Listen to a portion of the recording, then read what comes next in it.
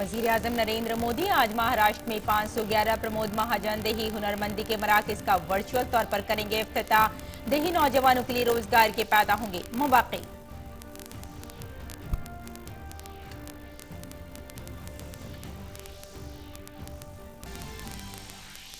अपने बिहार दौरे के दूसरे दिन सदर जमहूरिया मोतिहारी में महात्मा गांधी यूनिवर्सिटी के कन्वोकेशन की तकरीब में करेंगे शिरकत। पटना एम्स के कन्वोकेशन की तकरीब में भी होंगी शामिल।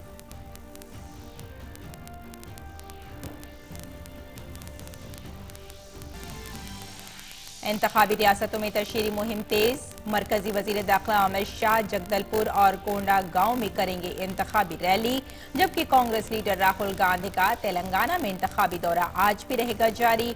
बीजेपी कोर ग्रुप की भी आज तेलंगाना के इंतखाबी हिकमत अमली पर होगी मीटिंग। वजीर खारजा डॉक्टर एस जयशंकर आज से सिंगापुर के दौरे पर। सिंगापुर के अपने हम मनसब और मुल्क की आला क़यादत से करेंगे मुलाकात। भारतीय इलाकाई कॉन्फ्रेंस की भी करेंगे सदारत।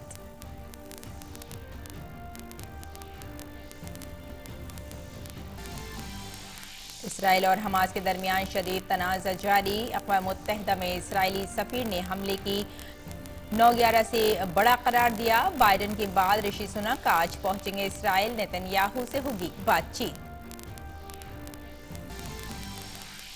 आईसीसी आलमी कप में आज पुणे में भारत और बांग्लादेश के दरमियान होगा मुकाबला। टूर्नामेंट में जीत की हैट्रिक लगा चुकी टीम इंडिया की मुसलसल चौथी जीत पर नजरे मरकूज।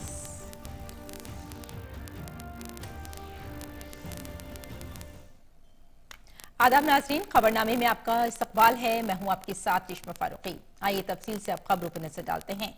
वजीर आजम नरेंद्र मोदी आज वीडियो कॉन्फ्रेंसिंग के जरिए महाराष्ट्र में 511 प्रमोद महाजन देही हुनरमंदी के फरोग के मराकज का इफ्तिताह करेंगे।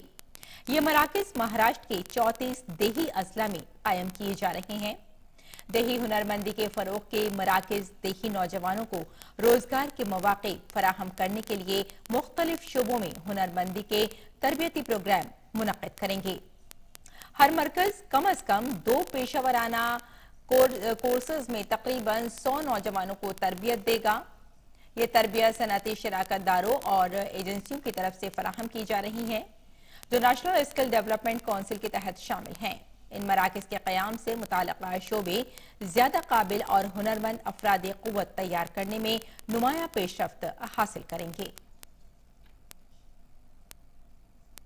और बिहार के अपने दौरे के दूसरे दिन सदर जमहूरिया आज मोतिहारी में महात्मा गांधी यूनिवर्सिटी के कन्वोकेशन तकरीब में शिरकत करेंगी। वो यूनिवर्सिटी के होनहार तलबा को डिग्रियां और मेडल्स देंगी। बाद में सदर जमहूरिया पटना वापस आएंगी और शाम को all India institute of medical sciences AIIMS Patna के पहले कन्वोकेशन में शिरकत करेंगी। तकरीब के बाद सदर जमहूरिया पटना के राजभवन में खास तौर पर कमजोर कबायली ग्रुपों के अरकान से बातचीत करेंगी।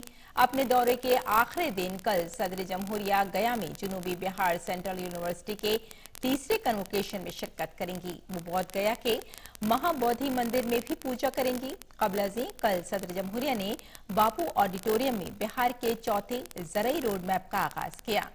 इस मौके पर खिताब करते हुए सदर जमहूरिया ने कहा कि ज़राअत बिहार की लोक सकाफत का एक अहम हिस्सा है और बिहार की मईशत की बुनियाद है। सदर जमहूरिया ने कहा कि बिहार की अहम फसल मकई से एथेनॉल तैयार किया जा रहा है। उन्होंने कहा कि ये फॉसिल फ्यूल और एनर्जी सिक्योरिटी पर मुल्क का इन्हिसार कम करने और माहौलियाती तहफ़्फ़ुज़ की जानिब एक अहम कदम है। मरकजी वजीर दाखिला अमित शाह आज छत्तीसगढ़ के बस्तर डिवीजन में इंतखाबी रैली से खिताब करेंगे। छत्तीसगढ़ में तब्दीली की हवाओं की मजीद तक़वियत देते हुए अमित शाह आज जगदलपुर और कोंडा गांव में रैलियां करेंगे। छत्तीसगढ़ में पहले मरहले में 20 सीटों पर 7 नवंबर को वोट डाले जाएंगे। बीजेपी कारकुनों और लीडरों का मानना है कि तजुर्बेकार लीडर अमित शाह की रैली यहां इंतखाबी तैयारियों को मजीद तक़वियत देगी और कांग्रेस के ज़ेर इक़्तिदार रियासत में अहम इंतखाबात के लिए पार्टी की मुहिम को तक़वियत देगी। बीजेपी ने डिवीजन की तमाम 12 असेंबली सीटों पर अपने उम्मीदवारों के नामों का ऐलान कर दिया है। 19 अक्टूबर को जगदलपुर, चित्रकूट और बस्तर असेंबली के बीजेपी उम्मीदवार पर पर्चा नामजदगी दाखिल करेंगे और इस दिन मुल्क के वजीर दाखिला अमित शाह खुद बस्तर में मौजूद होंगे। 90 रुकनी असेंबली इंतखाबात के ऐलान के बाद अमित शाह का रियासत का ये दूसरा दौरा होगा। इससे कबल बीजेपी के साबिक सदर अमित शाह पार्टी के अहम इंतखाबी स्ट्रेटेजिस्ट ने 16 अक्टूबर को राजनंदगांव में एक इंतखाबी रैली से खिताब किया था। सदर जमहूरिया द्रौपदी मुर्मू ने त्रिपुरा और ओडिशा के लिए नए गवर्नरों का तकर्रुर किया है। इंद्रसेना रेड्डी नल्लू को त्रिपुरा का गवर्नर बनाया गया है। वो सत्यदेव नारायण आर्या की जगह लेंगे। झारखंड के साबिक वजीर आला रघुवर दास ओडिशा के नए गवर्नर होंगे। रघुवर दास की तकर्रुरी सुबुकदोश होने वाले गवर्नर प्रोफेसर गणेशी लाल की जगह पर हुई है। और तेलंगाना असेंबली इंतखाबात के लिए कांग्रेस रहनुमा राहुल गांधी आज भी तशरीफ करेंगे। राहुल गांधी आज कई अवामी जलसों से खिताब करने के साथ विजय भेरी यात्रा भी करेंगे। इसके अलावा तेलंगाना के इंतखाबी हिकमत अमली पर बीजेपी कोर कमेटी की भी आज मीटिंग होगी।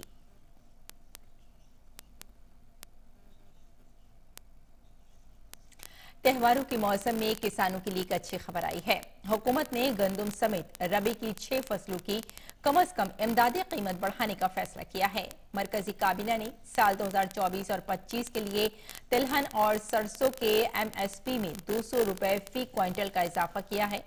वहीं गेहूं की कीमत में 150 रुपए फी क्विंटल का इजाफा हुआ है। गेहूं की इमदादी कीमत अब 2275 रुपए फी क्विंटल हो गई है।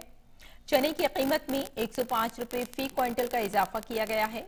मसूर की इमदादी कीमत में 425 रुपए फी क्विंटल का इजाफा किया गया है। एक और अहम फैसले में काबीना ने लद्दाख में सोलर पावर की ट्रांसमिशन लाइन को मंजूरी दे दी है। लद्दाख में 13 गीगावाट काबिल तजदीद तवानाई की सलाहियत तैयार करने का मंसूबा बनाया गया है। इस सोलर प्लांट के लिए ट्रांसमिशन लाइन जरूरी होगी। इसके पेश नजर लद्दाख से हरियाणा के कैथल मैन ग्रिड तक 713 किलोमीटर फी गीगावाट सलाहियत की लाइन लाने की मंजूरी दी गई है। इसके साथ ही काबीना ने साल 2022-23 के लिए रेलवे के नॉन गजेटेड रेलवे मुलाजमीन को 78 दिन की तनख्वाह के बराबर बोनस को मंजूरी दे दी है। इसके लिए तकरीबन 1969 करोड़ रुपए की मंजूरी दी गई है। इसके साथ मरकजी मुलाजमीन और पेंशनर्स के लिए भी राहत की खबर आई है। काबीना ने महंगाई अलाउंस में 4% इजाफे को मंजूरी दे दी है। 1 जुलाई 2023 से महंगाई अलाउंस अब 42 के बजाय 40% हो जाएगा। महंगाई अलाउंस और रिलीफ में इस इजाफे से सालाना 12,857 करोड़ रुपए का बोझ बढ़ जाएगा। इससे 48.67 करोड़ मरकजी मुलाजमीन और 67.95 लाख पेंशनर्स को फायदा होगा। वियतनाम के कामयाब दौरे के बाद वजीर खारजा डॉक्टर एस जयशंकर आज और कल सिंगापुर के दौरे पर होंगे। दौरे के दौरान वजीर खारजा सिंगापुर के अपने हम मनसब और मुल्क की आला क़यादत से मुलाकात करेंगे। वो भारतीय इलाकाई कॉन्फ्रेंस की सदारत भी करेंगे। काबिल जिक्र है कि भारत सिंगापुर ताल्लुकात को 2015 में एक स्ट्रेटेजिक शराकतदारी की तरफ बढ़ाया गया था और इसके बाद से दो तरफा ताउन में नुमाया इजाफा हुआ है। आज नवरात्रि का 5वां दिन है। मां दुर्गा का 9 रोजा त्योहार मुल्क के कोने कोने में अकीदत और जोशो खरोश के साथ मनाया जा रहा है। मुंबई के मुंबा देवी मंदिर में आज सुबह आरती की गई। आज स्कंद माता की पूजा का दिन है, जो कि देवी की 5वीं शक्ल है। मंदिरों में मां के नाम की सदाएं गूंज रही हैं और घरों में भी उनकी खुसूसी पूजा की जा रही है। कहा जाता है कि माता के इस रूप को जंग की देवता की मां भी कहा जाता है और उनकी पूजा करने से अकीदतमंदों को तमाम परेशानियों से निजात मिल जाती है। दूसरी जानिब दिल्ली में नवरात्रि के 5वें दिन आज सुबह झंडेवालान मंदिर में सुबह की आरती की गई।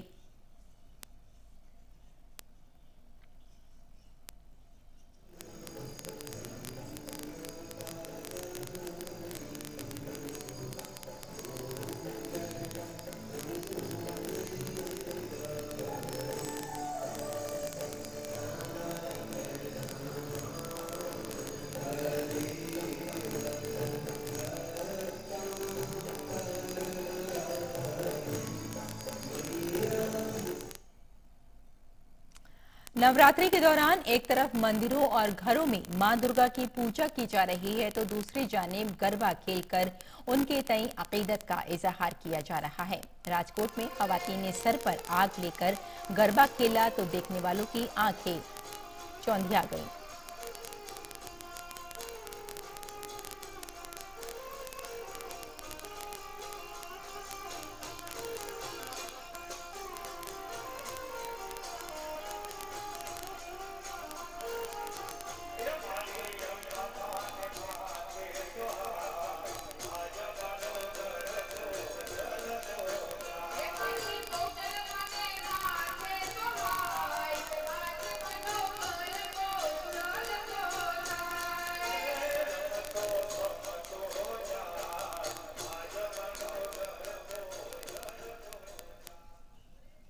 सूरत में भी गरबा के जबरदस्त रंग देखने को मिले।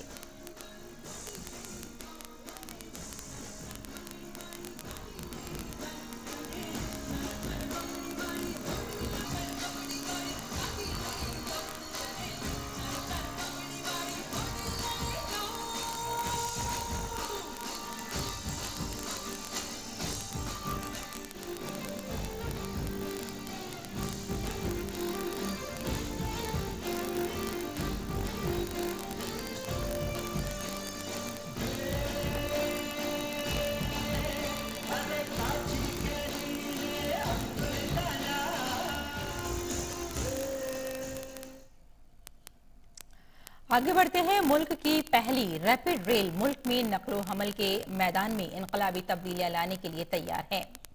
रीजनल रैपिड ट्रांजिट सिस्टम यानी RRTS एक तेज रफ्तार हाई फ्रीक्वेंसी ट्रांसपोर्टेशन सिस्टम है जो NCR के रिहायशियों को 160 किलोमीटर फी घंटे की रफ्तार से सफर करने की सहूलत फराहम करेगा। इसका 82 किलोमीटर तवील पहला कॉरिडोर दिल्ली गाजियाबाद मेरठ के दरमियान जेर तामीर है, लेकिन साहिबाबाद और 2 हाई डिपो के दरमियान वाकई इसका 17 किलोमीटर तवील कॉरिडोर मुकम्मल हो चुका है। वज़ीर आज़म नरेंद्र मोदी इस कॉरिडोर को मुल्क के नाम वक्फ करने जा रहे हैं। मुल्क की पहली रैपिड रीजनल रेल कैसी है, इसका जायजा लिया हमारे नुमाइंदे ग्रीश निशाना ने।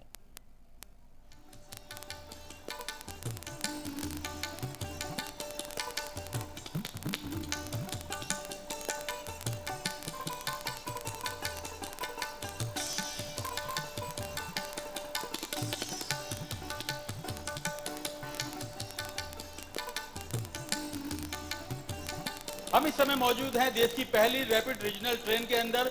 किस तरह की बनाई गई है ये ट्रेन, आइए इसका जायजा लेते हैं।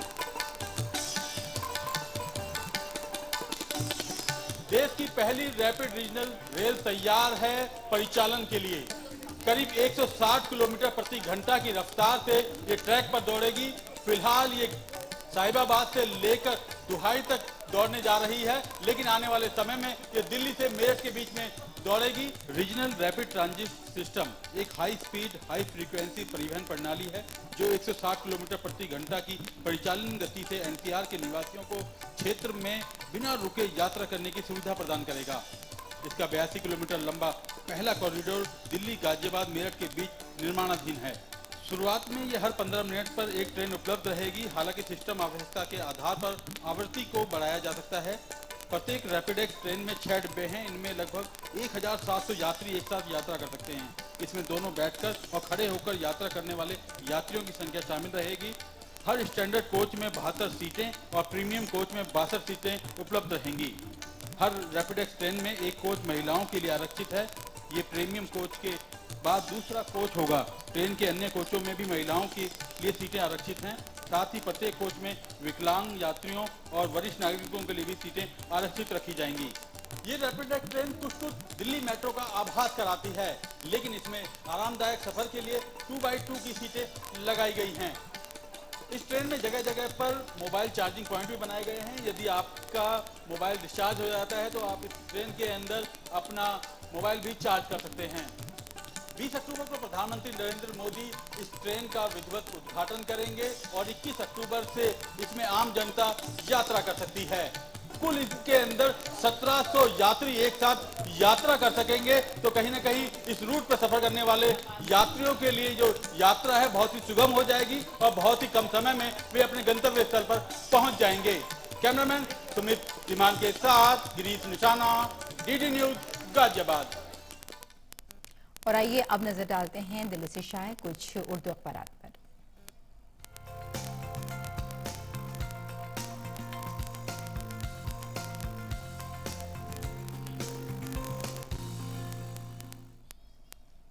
तो नाज़रीन, अखबारात के जायजे में आइए सबसे पहले बात कर लेते हैं रोजनामा राष्ट्रीय सहारा की। वैसे आपको बताते चलें कि दिल्ली से शाये ज्यादातर अखबारात में, जो उर्दू के अखबारात में, उन्होंने गजा की इस खबर को अपनी नुमाया सुर्खियों में जगह दी है।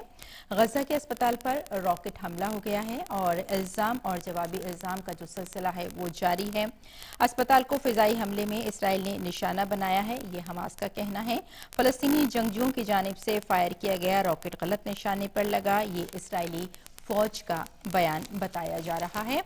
और वजीर आजम नरेंद्र मोदी ने इजहार ताजियत का इजहार किया है। उन्होंने कहा है कि गजा के अस्पताल पर रॉकेट हमला नहीं होना चाहिए था और गजा अस्पताल पर हमला शर्मनाक अमल है, ये OIC का नाज़रीन बयान है।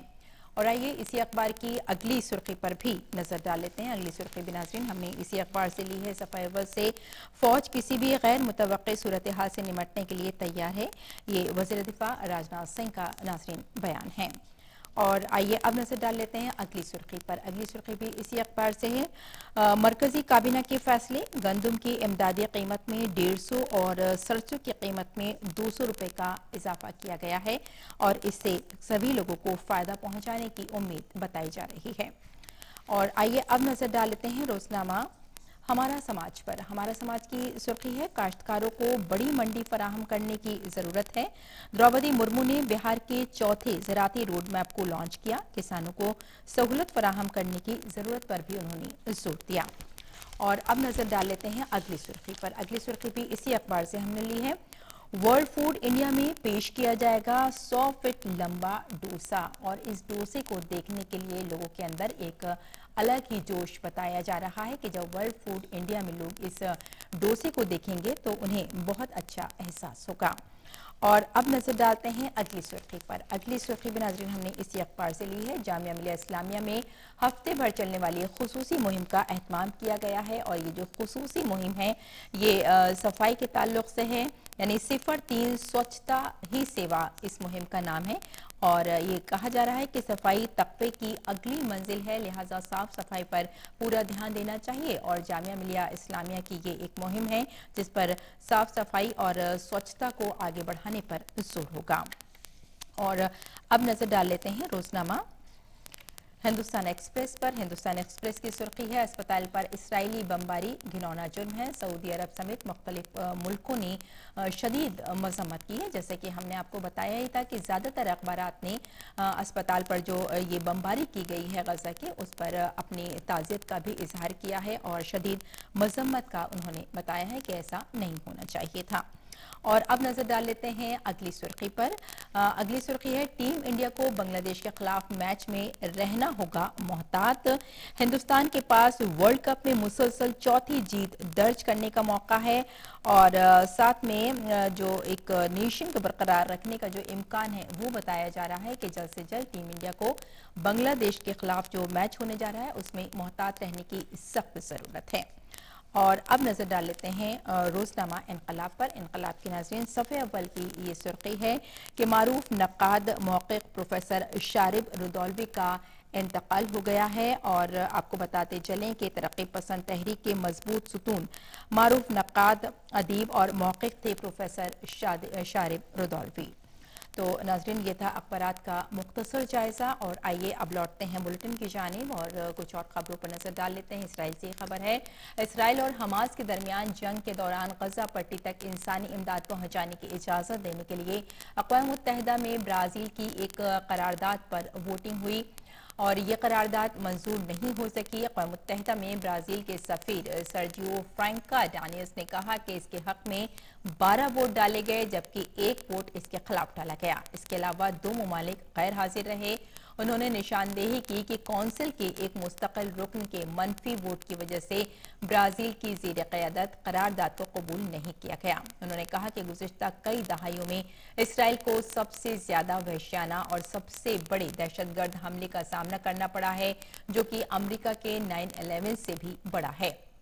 उन्होंने कहा कि ऐसा लगता है कि ये कौंसिल पहले ही भूल चुकी है। 7 अक्टूबर के कत्लेआम की तस्वीर और वीडियोज पर इसराइल के जहन में नक्श हैं। हमास के दहशतगर्दों ने इसराइल पर हमला करके 1400 बेगुनाह इसराइलियों को बेदर्दी से कत्ल किया और खवातीन की इस्मत दरी भी की गई।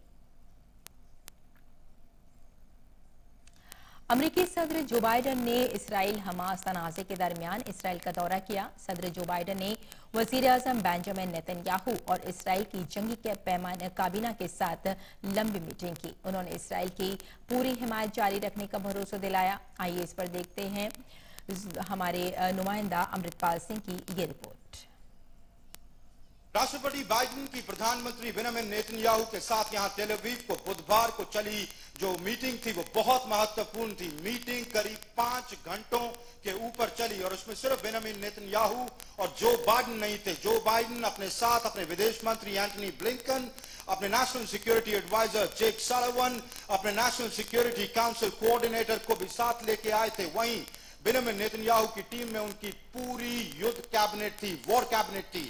जो बाइडेन ने क्लियरली इंडिकेट कर दिया कि अमेरिका इजराइल के साथ है जब हमास के खिलाफ लड़ाई है, क्योंकि वो उनको आतंकवादी देखते हैं। जैसा कि मैंने पहले भी कहा था, जब आप अपने लोगों की रक्षा के लिए काम करेंगे तो हम इजराइल का समर्थन करना जारी रखेंगे। हम निर्दोष नागरिकों के लिए और अधिक त्रासदी को रोकने के लिए आपके और पूरे क्षेत्र में भागीदारों के साथ काम करना जारी रखेंगे।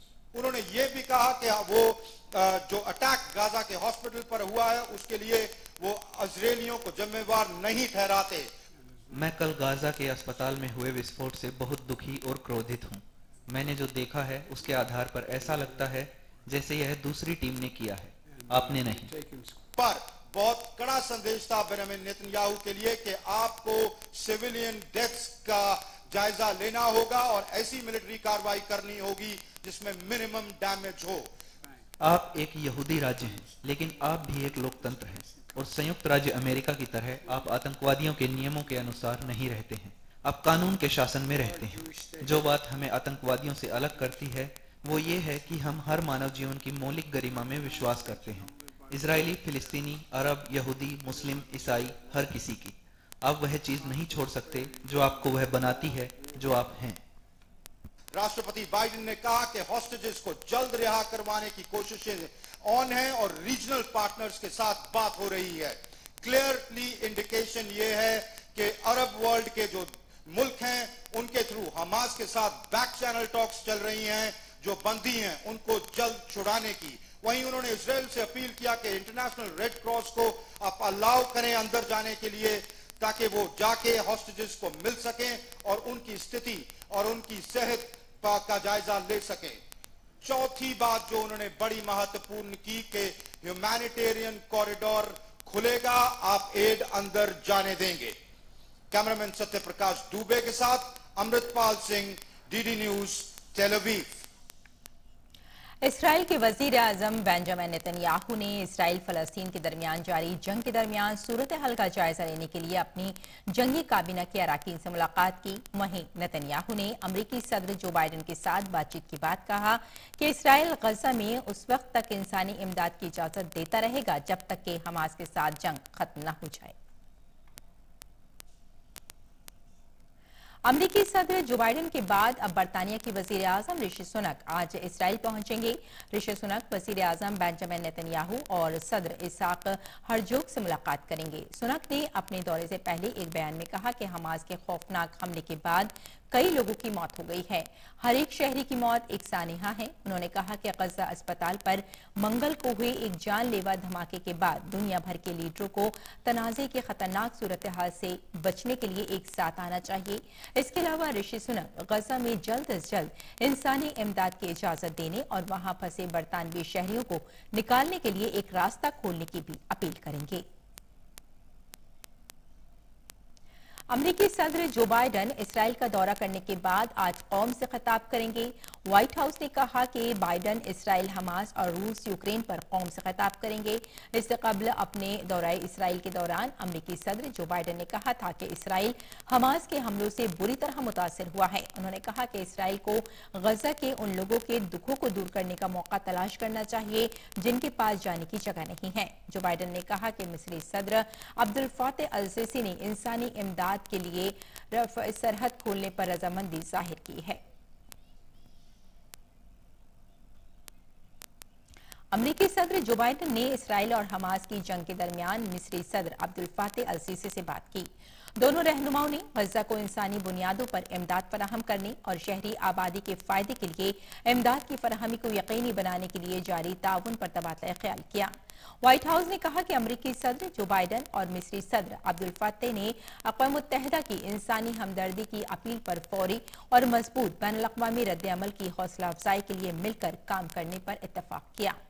अमेरिकी सदर जो बाइडन ने कहा कि मिस्री सदर अब्दुल फातेह अल सीसी ने इंसानी इमदाद के लिए रफा सरहद खोलने पर रजामंदी जाहिर कर दी है। उन्होंने इंसानी इमदाद ले जाने वाले तकरीबन 20 ट्रकों को गजा में दाखिल होने की इजाजत दी है। इब्तदाई तौर पर 20 ट्रकों को दाखिले की इजाजत दी गई है।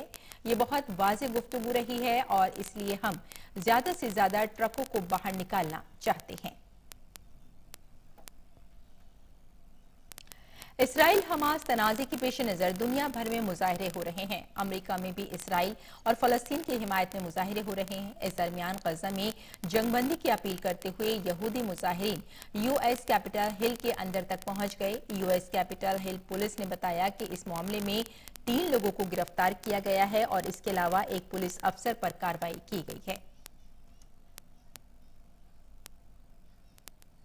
इसराइल हमास जंग के दरमियान अमेरिका ने ईरान के खिलाफ बड़ा कदम उठाया है। अमेरिका ने ईरान के बैलिस्टिक मिसाइल और ड्रोन प्रोग्रामों का मुकाबला करने के लिए नई पाबंदियों का ऐलान किया है। अमेरिकी वजीर खारजा एंटनी ब्लिंकन ने कहा कि अमेरिका ईरान के बैलिस्टिक मिसाइल और यूएवी प्रोग्रामों का मुकाबला करने के लिए नई पाबंदियां आयद कर रहा है। आपको बताते चलें कि अमेरिका ने ईरान पर एक ऐसे वक्त में पाबंदियां आयद की हैं जब सलामती कौंसिल की जानिब से 2015 में ईरान के बैलिस्टिक मिसाइल और ड्रोन प्रोग्राम पर लगाई गई पाबंदी खत्म होने को है।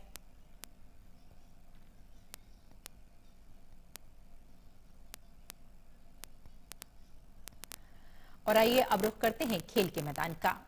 भारतीय क्रिकेट टीम आलमी कप 2023 में अपनी चौथी बार जीत के इरादे से मैदान पर उतरेगी। टूर्नामेंट में अपने चौथे मुकाबले में भारत का मुकाबला बांग्लादेश से होगा। मेजबान भारत आलमी कप में जीत के रथ पर सवार है। अपने पहले मैच में भारत ने ऑस्ट्रेलिया को 6 विकेट से शिकस्त दी थी। इसके बाद अफगानिस्तान को 8 विकेट से और पाकिस्तान को 7 विकेट से शिकस्त दी, जबकि एक जीत बांग्लादेश के नाम रही है।